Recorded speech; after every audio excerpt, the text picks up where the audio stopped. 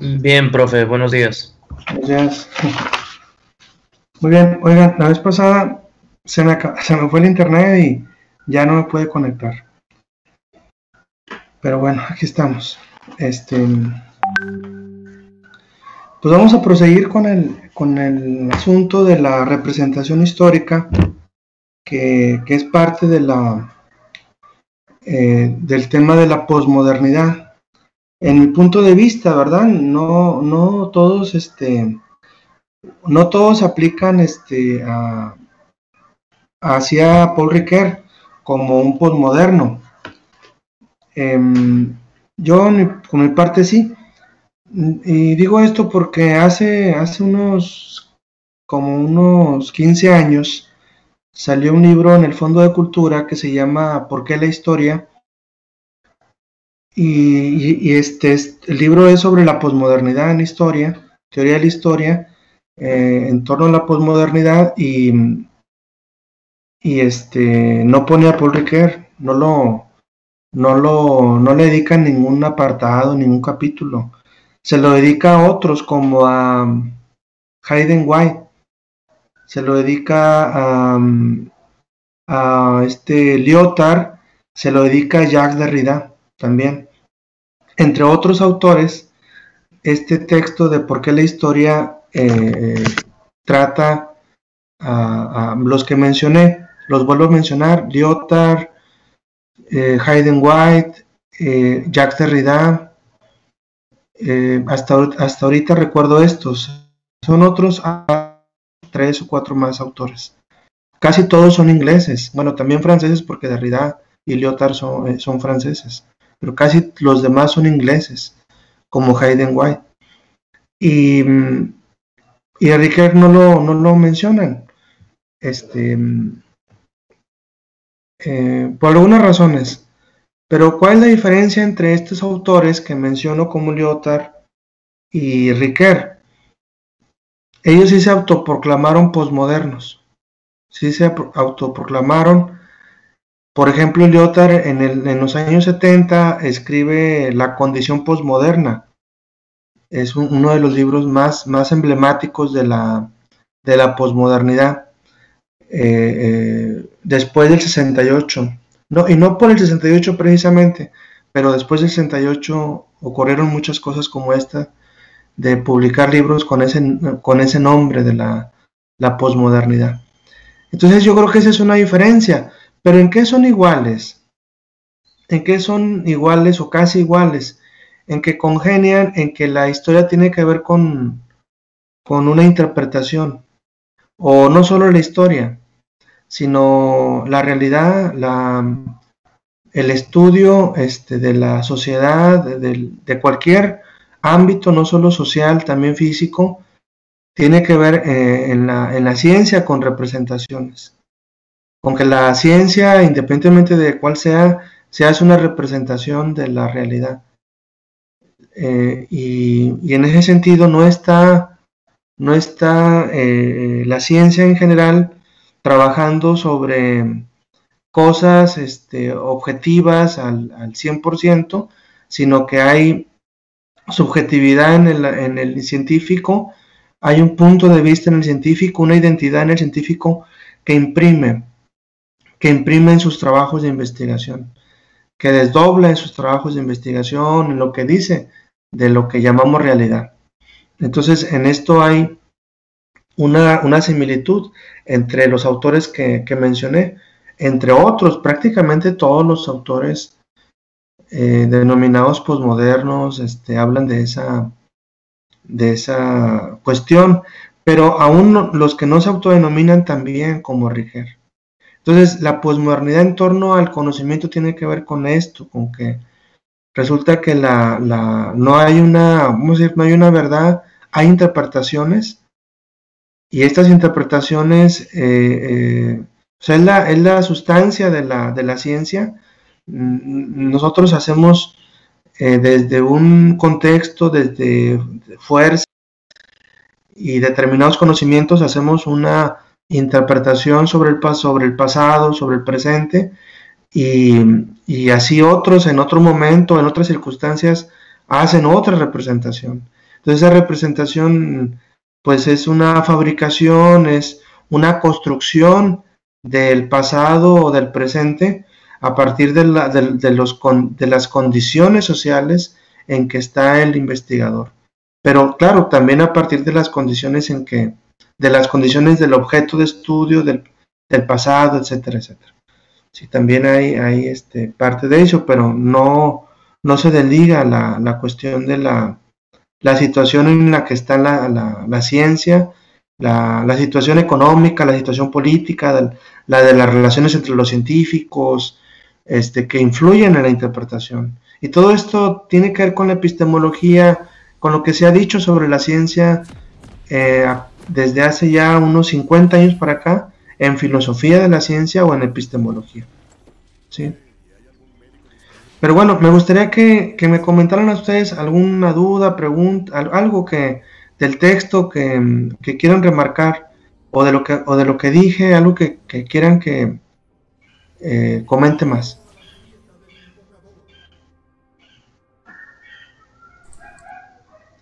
Había una pregunta que hacía el autor y que la verdad no entendí muy bien a qué se refería. La pregunta es la siguiente. ¿No crean las figuras un obstáculo entre el discurso y lo supuestamente acontecido? O sea, como eso que habíamos visto de que la escritura puede ser también a la vez un fármaco y a la vez una forma de conservar la memoria, o como... Dices que si las figuras son un obstáculo. Sí, Oye, las figuras crean un obstáculo entre el discurso y lo supuestamente acontecido. mira, oye Arnoldo, muy buen comentario, te vas a lo nodal, de la cuestión de Riquer. Mira, a veces he comentado con la gente de letras de aquí de la facultad sobre Riquer, que son los que más lo conocen que los de historia, más la gente de letras que los de historia. Hay un libro particular que ellos destacan de Riquer, el que conocen prácticamente, porque de Riquer hay un montón, como por ejemplo en 1950 hay un libro que se llama Historia y Verdad, casi que el primer trabajo de teoría de la historia o de filosofía de la historia que escribió. Y luego pues tenemos Tiempo y Narración, también dedicado a la historia, y también otros no dedicados expresamente a la historia, como La Metáfora Viva. Bueno, muchos son los libros de Riquer, y el que estamos leyendo es una publicación del año 2000 que escribió al final de su vida, donde sintetiza todo lo que sabe, lo que había expuesto ya de alguna manera en otros textos.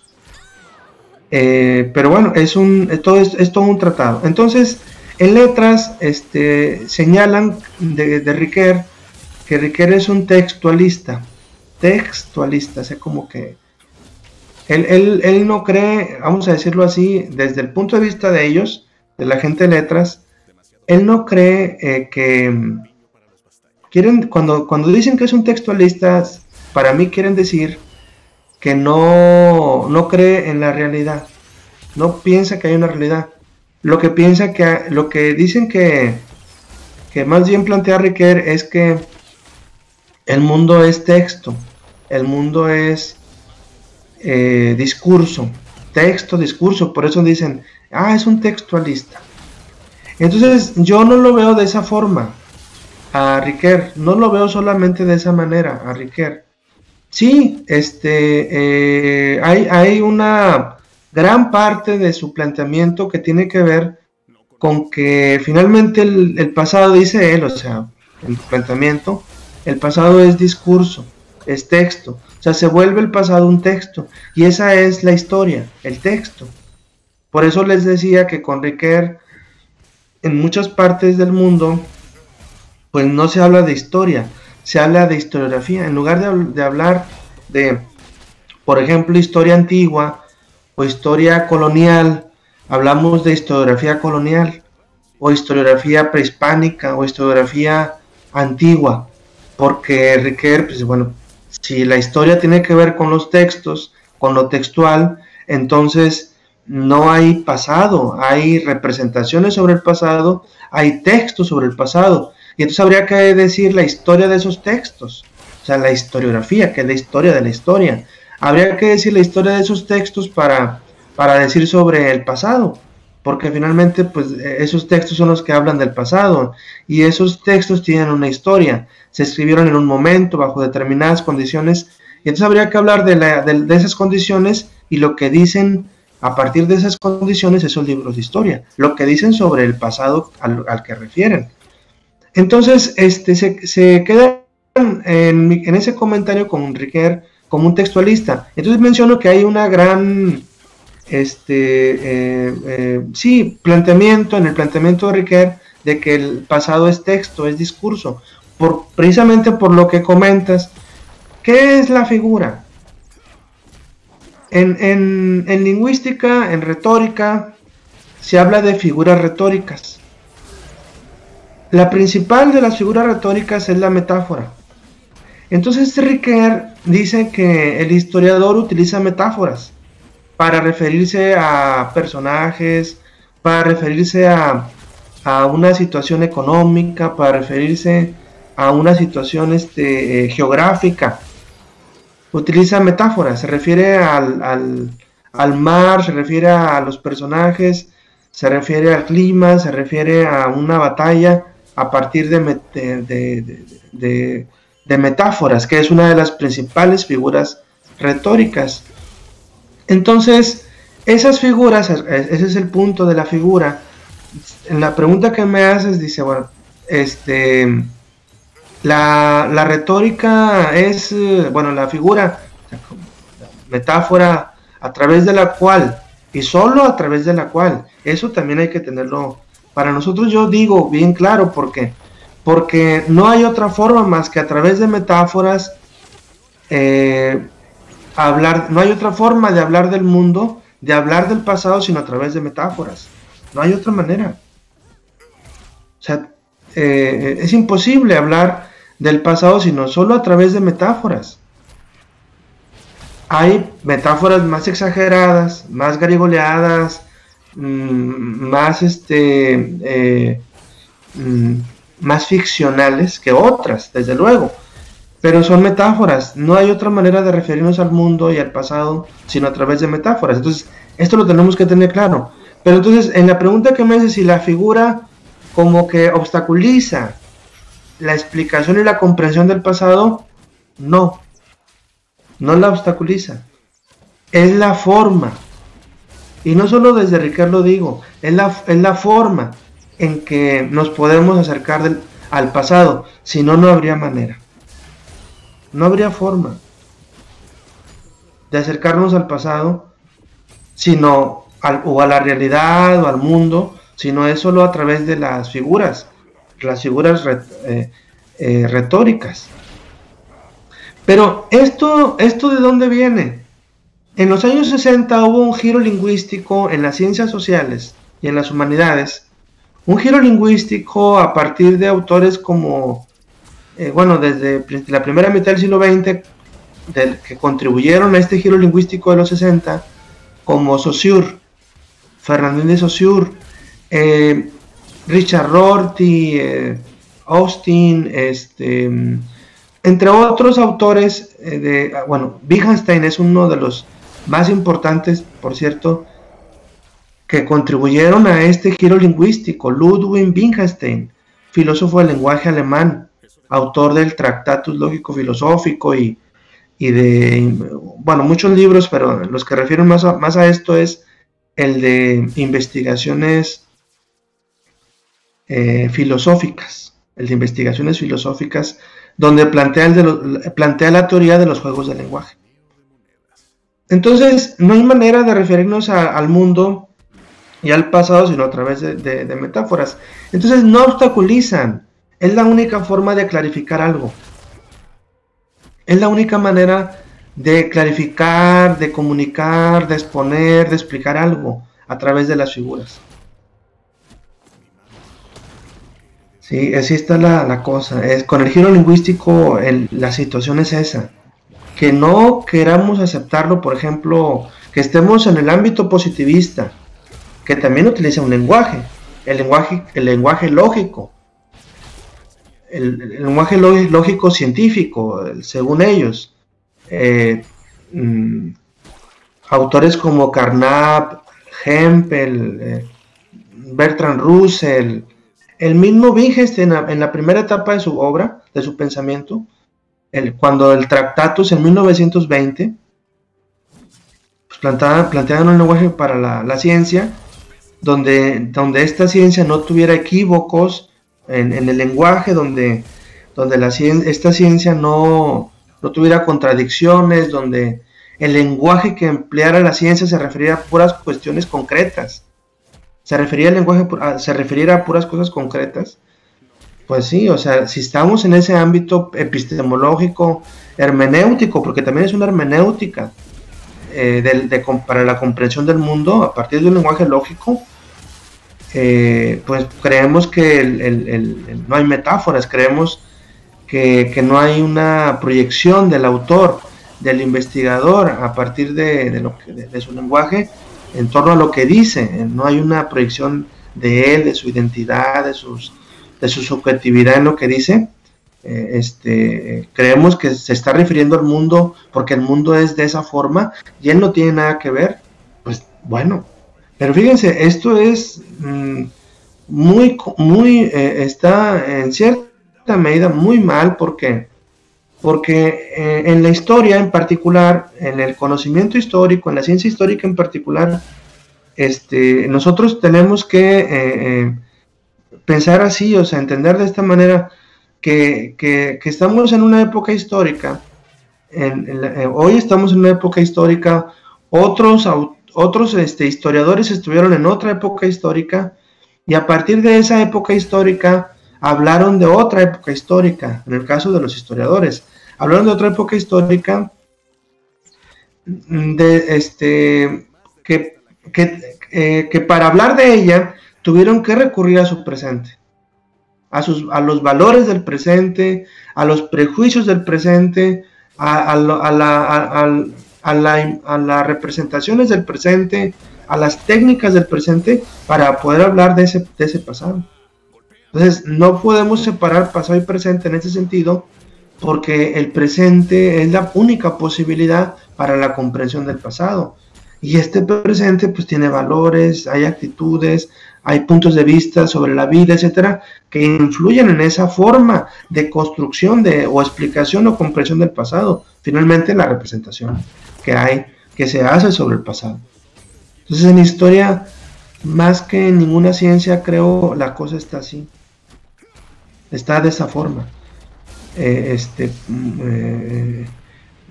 Por eso, o sea, tenemos que pensar más en representación. O sea, nosotros hay un pasado, sí, todo, pero lo representamos.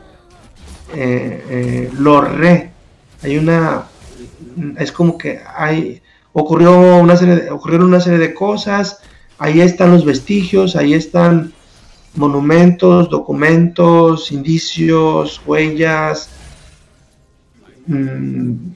rastros, vasijas, ladrillos de ese pasado que da cuenta de que ocurrió algo, pero nosotros lo representamos, lo reconstruimos. Hay una representación. Entonces, la representación implica que empleemos un lenguaje, una cultura, una serie de valores del presente que imprimimos en eso que decimos del pasado. Por eso es representación. Entonces, hacemos el pasado a la imagen y semejanza del presente, a partir también de ese pasado, ¿sí? Sin descuidar ese punto. Comentarios.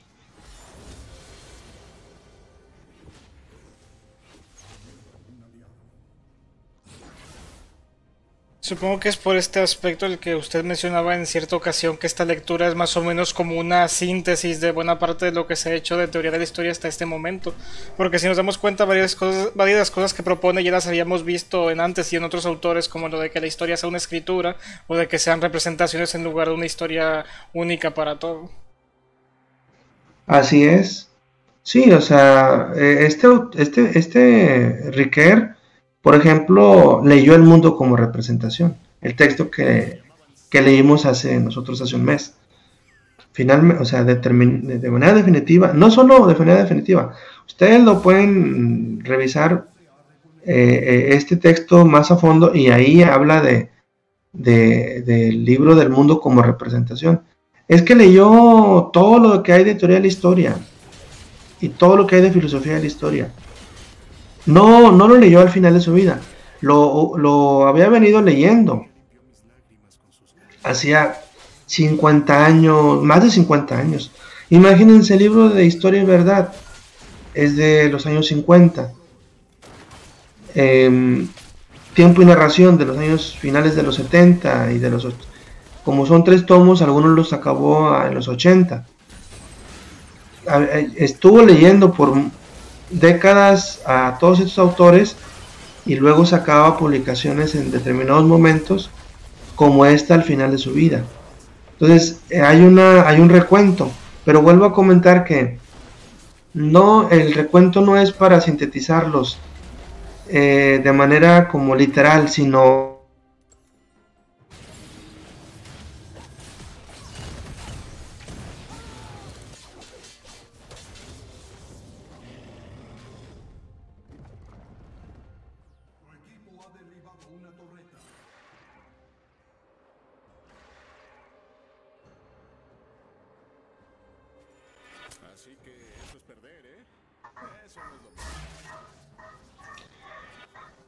comentarios, compañeras, compañeros.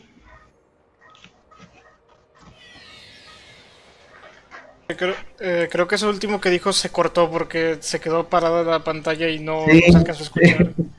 sí, Arnoldo, sí se cortó. ¿Qué? ¿Podría repetir lo que dijo? Es que no se alcanzó a escuchar el comentario final sobre lo que representaban. Sí, es que no solo es una síntesis o un recuento de los autores, entre otros que hemos nosotros ya leído, sino que a su vez los comenta y los reinterpreta o los critica.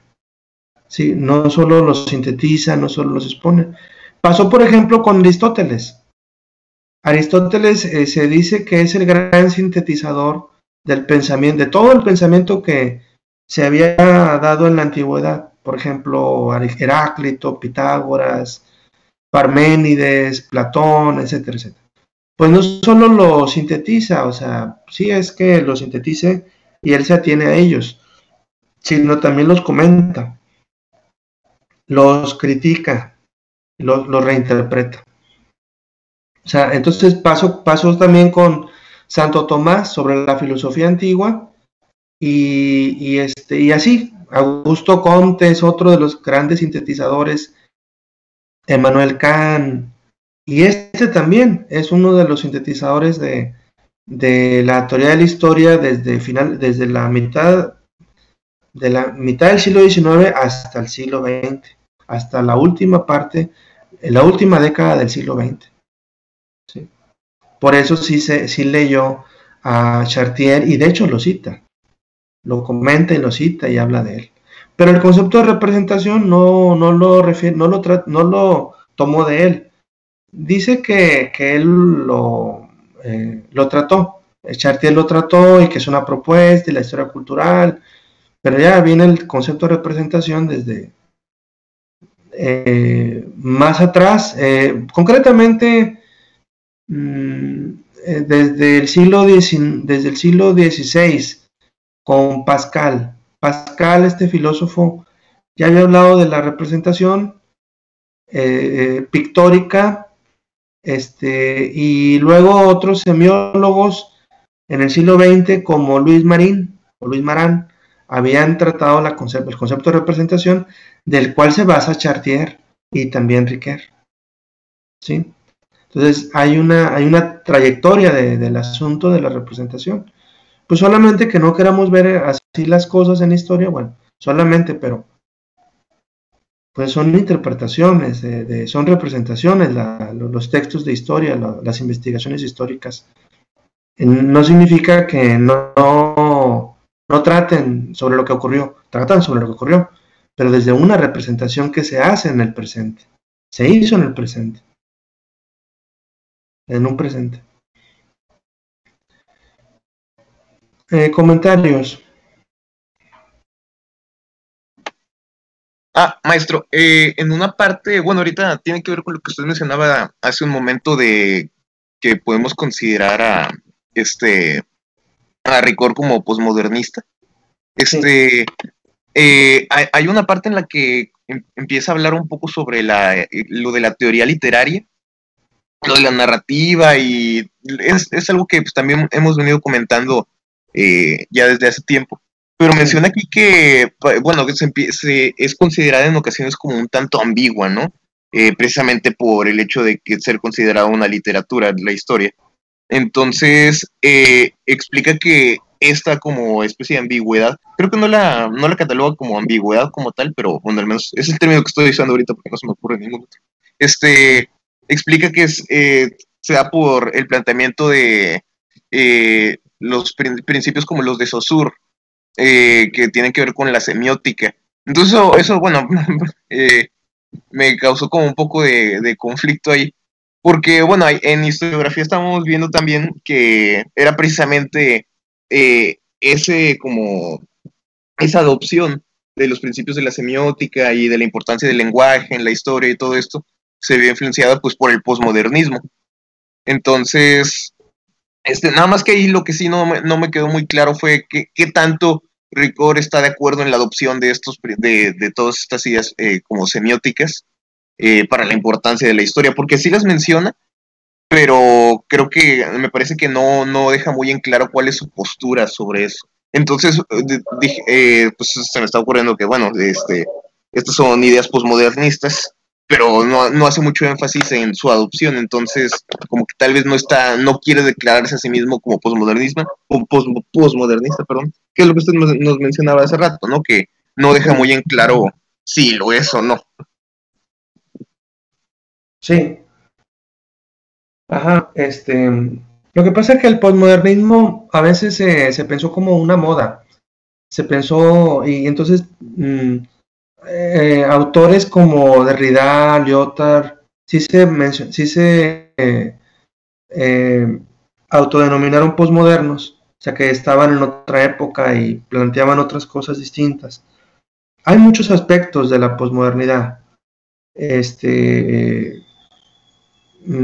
pero bueno, ahorita no hay mucho tiempo para comentarlos. Lo que sí es que gente como Ricord dijo, no, pues, yo no estoy en una moda, estoy siguiendo una tradición, como hemos visto, ahorita comenté, del pensamiento, y esa tradición más las aportaciones que hay recientes son las que hacen que piense de esta manera.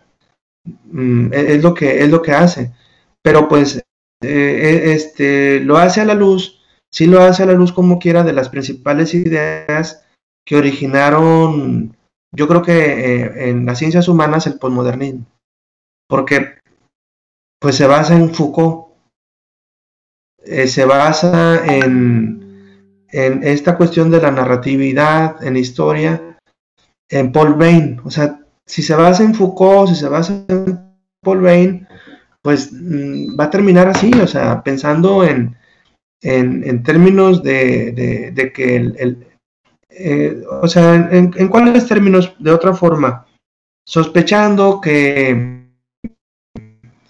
lo que se diga o lo que se plantee del pasado como conocimiento no sea lo que en el siglo XIX se dijo como verdad, no sea necesariamente la verdad, sino sea representación. Y de los que contribuyeron al concepto de representación, también definitivamente Saussure en una parte de esta historia del pensamiento lingüístico, semiótico, hermenéutico. Saussure está ahí anclado. Entonces, definitivamente, Ricoeur, pues claro que es un semiólogo. Es un semiólogo, es un hermeneuta, pero se lo ubica más como hermeneuta. Lo que pasa y la semiótica van de la mano. O sea, hermenéutica y semiótica van de la mano. Hay diferencias, pero van de la mano, una y otra. Así como el análisis del discurso. Ustedes van a llevar el análisis del discurso en quinto y van a ver que va de la mano de la semiótica y va de la mano de la hermenéutica. A estas tres áreas, hermenéutica, semiótica y análisis del discurso, se le conoce como teoría literaria. Son herramientas, son disciplinas de la teoría literaria. ¿Sí? Entonces, son teorías literarias, son disciplinas de la teoría literaria, son teorías literarias, y la aproximación de la historia a la teoría literaria, o sea, algo que había dejado desde el siglo XIX a fuerza, abandonó, se desprendió de la literatura para hacerse ciencia. Ahora, con lo que llamamos postmodernismo, su aproximación es central. La aproximación de la historia a la teoría literaria es central. Está como que en lo más relevante, al grado de que los autores, no lo dice Ricoeur porque solamente hace un diagnóstico de cómo está la situación en cuanto a cómo se escribe la historia, pero autores ingleses que hacen propuestas sobre cómo escribir la historia, dicen una carencia de conocimiento literario, conocimiento de la crítica literaria. Con que nos falta más saber teorías lingüísticas, leer a Saussure, a Wittgenstein, leer a los hermeneutas como Dilthey, Gadamer y Ricoeur, y Paul Ricoeur, que es también un filósofo hermeneuta de la historia, y entonces ese es lo central ahora. O sea, en los años 50 era geografía, es ser historiador y geógrafo, o ser economista a la vez, o ser la historia social, pero ahorita puede ser historia social, política, cultural, de la que sea, pero no podemos dejar de lado la parte del lenguaje en la historia, porque no hay otra forma de hacerla, sino a través del lenguaje, a través de la escritura. Entonces, él se canta, Emerson, por la cuestión de la semiótica, de la hermenéutica sobre todo, y de la filosofía del lenguaje. Esa es la tradición que él sigue, de los juegos del lenguaje, de la hermenéutica, de qué es interpretación, lo que podamos decir del mundo, de que tenemos que recurrir a nosotros y a nuestro presente para poder hablar del pasado, si no, no es posible. O sea, si no, no es posible. Recurrir a nosotros, a nuestra experiencia, a nuestros valores, a nuestros prejuicios, para poder hablar del pasado. Si no, no es posible hablar de él. No podríamos hablar de él. Entonces, eso es hermenéutica, eso es para poder fusionar mi presente con el pasado, con el propósito de comprenderlo, pues requiero tener esa conciencia histórica de que yo estoy en un momento y quiero comprender otro momento histórico, y entonces voy a tratar de fusionarlo, pero tratando de respetar ese pasado y respetar también ese presente. No vaya a ser que todo lo que diga sea del presente, porque no debe ser así tampoco.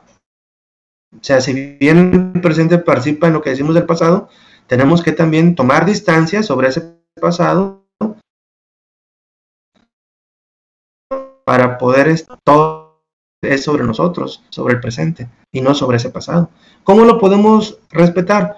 Ateniéndonos a los datos, ateniéndonos a los documentos, haciéndole caso a las fuentes. Sí, haciéndole caso. Están las Pero la única forma que tenemos para leerlas, para entenderlas, es nuestro presente, es nuestra experiencia. Pero tenemos que atenernos a los documentos. Por eso la importancia del archivo. Pero, vuelvo a insistir, o sea, el archivo es una construcción también. Los documentos que están ahí no fueron puestos ahí para nosotros. Los autores de los documentos tampoco los escribieron para que uno de nosotros fuera a verlos, a leerlos. Para los historiadores, pues desde luego que no. Entonces tenemos que interpretarlos a la luz de todo un contexto de cosas. Sí, de todo un contexto de cosas. Entonces, no son así tan fáciles. Cuando pensamos que las cosas no son así tan fáciles, estamos en la época postmoderna. ¿Sí? O sea, no son así como que tan sencillas, como que, ahí están los documentos, y extrae los hechos de los documentos y habla del pasado. ¿Y el presente dónde quedó? ¿Y el pasado mismo dónde?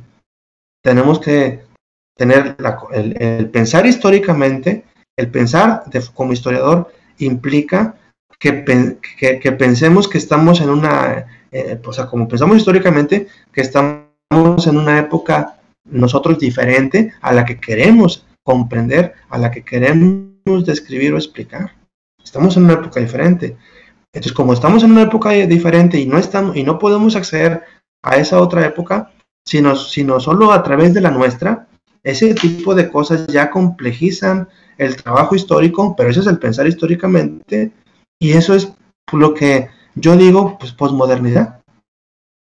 Porque autores como Riquer sospecharon que como que no nada más era así, nada más como que voy a los documentos y ahí está el pasado. Sospecho que no es esa forma. O sea, como que el hacerlo de esa manera no me permite acceder al pasado, sino a través del presente. Entonces, finalmente, fíjense cómo está la situación.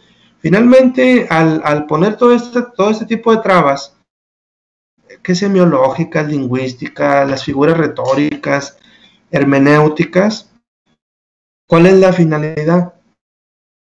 Reconocer cuál es la naturaleza de la historia, su naturaleza, o sea, como que la ontología, la naturaleza de lo histórico, una ontología histórica de la historia,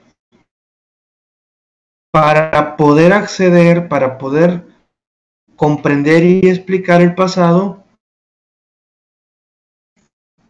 pues de una mejor manera. Yo no quiero decir tal como ocurrió, porque eso no es posible, pero de una mejor forma. O sea, finalmente eso es lo que se quiere. La posmodernidad, o sea, no se burló de la modernidad.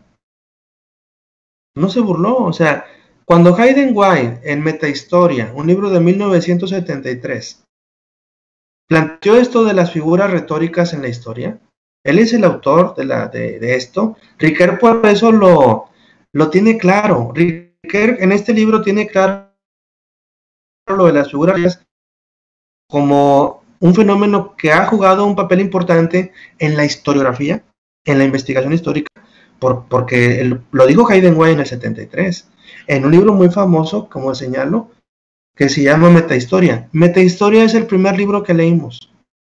Bueno, no el primero, de los primeros. El libro de Metahistoria que expusiste, por cierto, Emerson lo expusiste, y también lo expuso fue otro compañero del grupo, no recuerdo ahorita ya. Galván, me parece. ¿Quién? Creo que era Galván. Galván, José Ricardo. Sí, ándale. Sí, Ricardo y tú lo expusieron. Ese libro de yo les puse a leer ahí a Michelet y a Rank, pero el trasfondo interpretativo de Michelet es la retórica, es la cuestión de las figuras retóricas en el discurso histórico de Rank, de Michelet, pero también en el discurso histórico porque trata a otros, como Tocqueville, Carlos Marx, entre otros autores que trata. Entonces, Hayden White lo quiero recalcar por varias razones. Una, porque nosotros no lo vimos en estos términos, lo vimos así como que, a ver, ¿qué dijo Rang y qué dijo Michelet? Pero ahora lo comento en el sentido de que él en ese libro inaugura la cuestión de las figuras retóricas en la historia. Pero lo que quiero decir también es que Hayden White no quiere negar el conocimiento histórico, no lo niegan los posmodernos, la posibilidad de conocer el pasado. Lo que quieren decir es que ese conocimiento del pasado pues, está mediado por el lenguaje, por la cultura, y lo principal para nosotros, por la historia. Está mediado por lo histórico. O sea, aquellas cosas que estamos hablando de lo histórico son distintas a este presente, y por eso tenemos que tratar de entenderlas desde ese presente, desde ese pasado, pero también desde el presente, porque no queda de otra. El aceptar esto es una cuestión también postmoderna. El que aceptemos esa condición para conocer el pasado. Es una condición para conocer el pasado, es desde mí mismo, desde mi misma historicidad. Entonces, nosotros más que nadie, tenemos que ver de que el es distinto al presente. Y entonces desde aquí, como que la historia enseñarnos al presente, la historia tiene que enseñarnos algo al presente, está dudoso. Que si el que no conoce el pasado está condenado a repetirlo en el presente, está dudoso. Aún conociéndolo lo podemos repetir. Pero eso es lo que se dijo en el siglo XIX, eso es lo que se dijo en Roma, lo de la historia maestra de vida.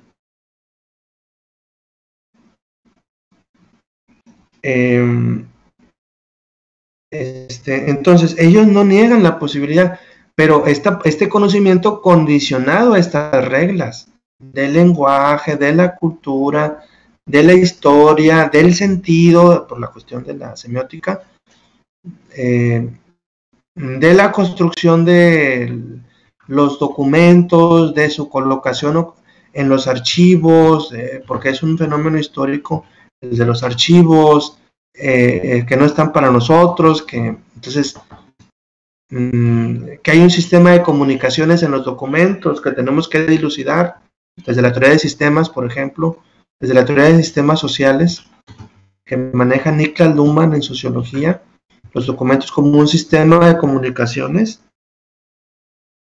O sea, los documentos no nos los el documento lo dirigieron a alguien más. El autor de los documentos que uno revisa en el archivo los dirigió a alguien más, no a nosotros. Entonces nosotros tenemos que encontrar ese sistema de comunicación en esa historia, en ese pasado, para poder comprender ese documento. Entonces esas reglas, esas condiciones que nos exponen autores como Hayden White o Riquet, no impiden que conozcamos y que nos quedemos solo con que la historia es interpretación. No hay que dejarlo ahí, sino ¿por qué es representación? ¿Cuáles son las condiciones para la representancia de ese pasado? ¿Por qué es? Entonces son estos elementos que he estado comentando, entre otros muchos más. ¿Sí? ¿Comentarios?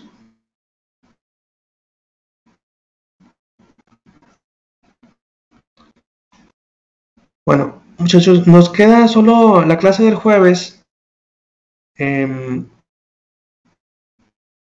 Y bueno, pues nos vemos el jueves. Continuamos con ese texto. Por aquí tengo que el 9 de junio nos vamos a conectar el 9 de junio para la evaluación, para darles la evaluación. Entonces ustedes me van a subir el trabajo. ¿Cuándo quedamos? ¿Me pueden comentar ustedes? Sí, nos comentó que pues un día antes en la noche para ese día 9, ya nada más llegar con las presentaciones ya listas. Ándale, muy bien, es cierto. Un día antes, sí, en la noche. Está bien, para el 9 de junio. Nos vemos que a las 10 de la mañana. ¿Sí? Sí, creo que Pues, habíamos quedado a esa hora. Nada más, Ok, les digo cómo. ¿va a programar la tarea ahí en Teams para que la subamos o cómo la subimos? Ustedes nada más la cargan a la parte de archivos Ok, o en publicaciones y automáticamente se sube a archivos. Sí, es como adjuntar un archivo como correo electrónico. Y ya los ponen, los reviso.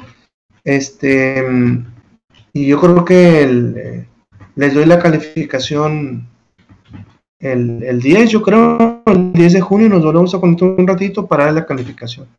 ¿Sí? Sí, está bien, profe. Ok, nos vemos el jueves, muchachos. Gracias. Gracias, hasta luego. Hasta luego.